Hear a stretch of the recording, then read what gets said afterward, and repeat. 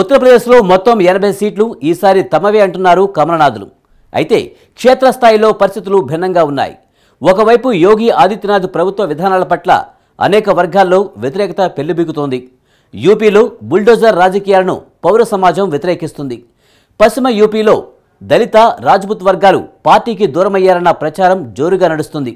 ఈ నేపథ్యంలో మొత్తం 80 సీట్లు గెలుచుకోవడం సాధ్యమేనా అనే ప్రశ్న చర్చకు వచ్చింది.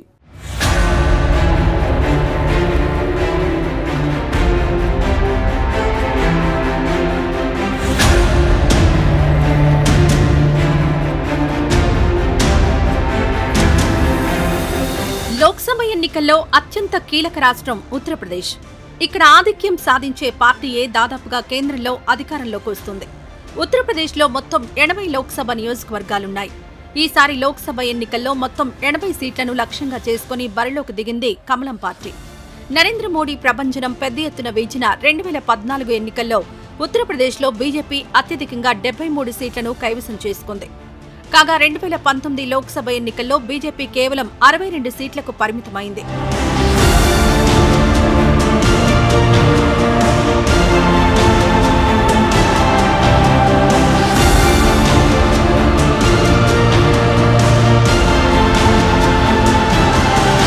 ఈసారి ఉత్తరప్రదేశ్లో ప్రధానంగా పశ్చిమ ప్రాంతంలో బీజేపీ పలుకుబడి తగ్గిందన్న వార్తలొస్తున్నాయి. పశ్చిమ ఉత్తరప్రదేశ్లో బీజేపీ అచ్చంగా హిందుత్వ అజెండాపైనే ఆధారపడుతోంది. కాగా కాంగ్రెస్ నాయకత్వంలోని ఇండియా కూటమి మాత్రం ప్రజాస్వామ్య పరిరక్షణ పేరుతో బరిలోకి దిగింది. ఈ ప్రాంతంలో 40% నుంచి 50% మధ్య ముస్లింల ఓట్లుంటాయి.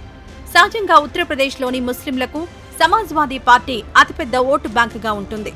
ములాయం సింగ్ యాదవ్ హయాం నుంచి ఇక్కడి ముస్లింలు సమాజ్వాదీ పార్టీకి ఓటేయడం ఒక ఆనవాయితీగా వస్తోంది. ఈసారి కూడా పశ్చిమ యూపీలోని ముస్లింలు బీజేపీకి వ్యతిరేకంగా ఇండియా కూటమికి జై కొట్టారన్న వార్తలు రాజకీయ వర్గాల్లో హల్చల్ చేస్తున్నాయి.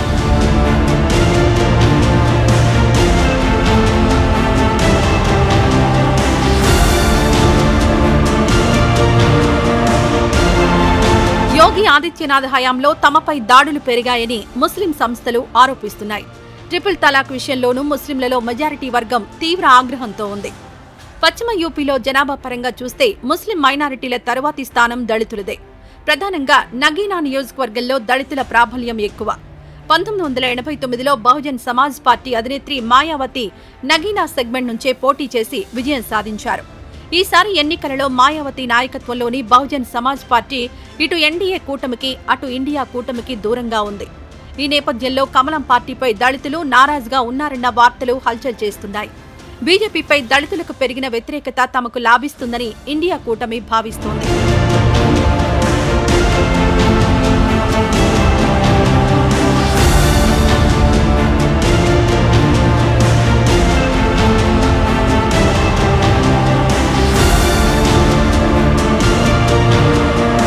పశ్చిమ ఉత్తరప్రదేశ్లో రాజ్పుత్ సామాజిక వర్గం కూడా ఎక్కువ.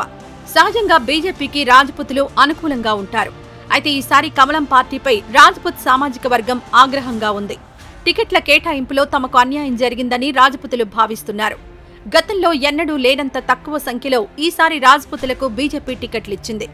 ఈ విషయమై రాజ్పుతులు ఏకంగా ముఖ్యమంత్రి యోగి ఆదిత్యనాథ్ దగ్గర పంచాయతీ పెట్టారు. అయినప్పటికీ తమకు న్యాయం జరగలేదని రాజ్పుత్ సామాజిక వర్గం మండిపడింది. ముస్లింలు దళితుల తర్వాత పశ్చిమ ఉత్తరప్రదేశ్లో రాజ్పుతుల జనాభాయే ఎక్కువ. మొత్తం పశ్చిమ యూపీ జనాభాలో రాజ్పుత్ సామాజిక వర్గం 10% వరకు ఉంటుంది. అంతేకాదు పశ్చిమ ఉత్తరప్రదేశ్లో 17 లోక్సభ నియోజకవర్గాల్లో రాజ్పుతుల ప్రాబల్యం ఎక్కువ. ఈసారి గాజియాబాద్లో రాజ్పుత్ సామాజిక వర్గానికి చెందిన జనరల్ వీకే సింగ్కు బీజేపీ టికెట్ లభిస్తుందని అందరూ భావించారు. అయితే చివరి క్షణంలో ఆయనకు టికెట్ దక్కలేదు. ఈ పరిణామం రాజ్పుత్ సామాజిక వర్గానికి మింగుడు పడలేదు.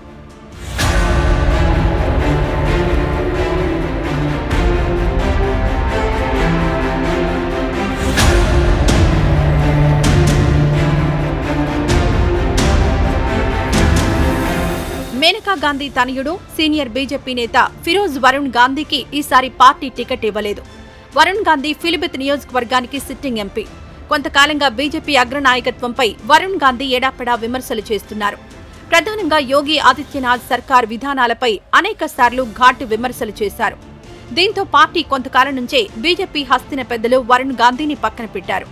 వరుణ్ గాంధీకి బదులుగా యోగి ఆదిత్యనాథ్ కేబినెట్లో మంత్రిగా ఉన్న జితిన్ ప్రసాద్ కు ఫిలిభిత్ టికెట్ ఇచ్చింది బీజేపీ అధిష్టానం. ఈ పరిణామంతో ఫిలిభిత్ నియోజకవర్గంలో వరుణ్ గాంధీకి సానుభూతి తెచ్చిపెట్టింది. అంతిమంగా వరుణ్ గాంధీకి టికెట్ ఇవ్వకపోవడం నియోజకవర్గంలో బీజేపీకి మైనస్ పాయింట్ అవుతుందని రాజకీయ పరిశీలకులు అంటున్నారు.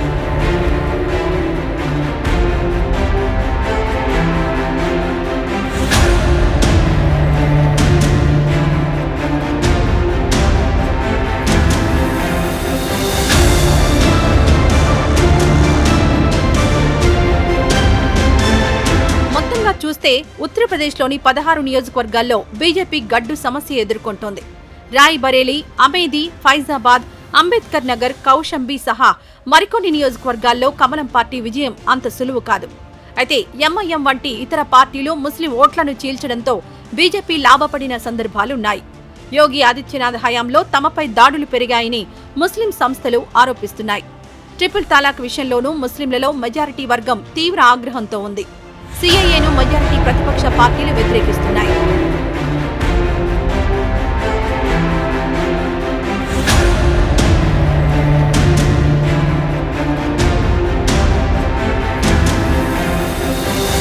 ఉత్తరప్రదేశ్లో నిరుద్యోగం, పేదరికం అతి ప్రధాన సమస్యలు.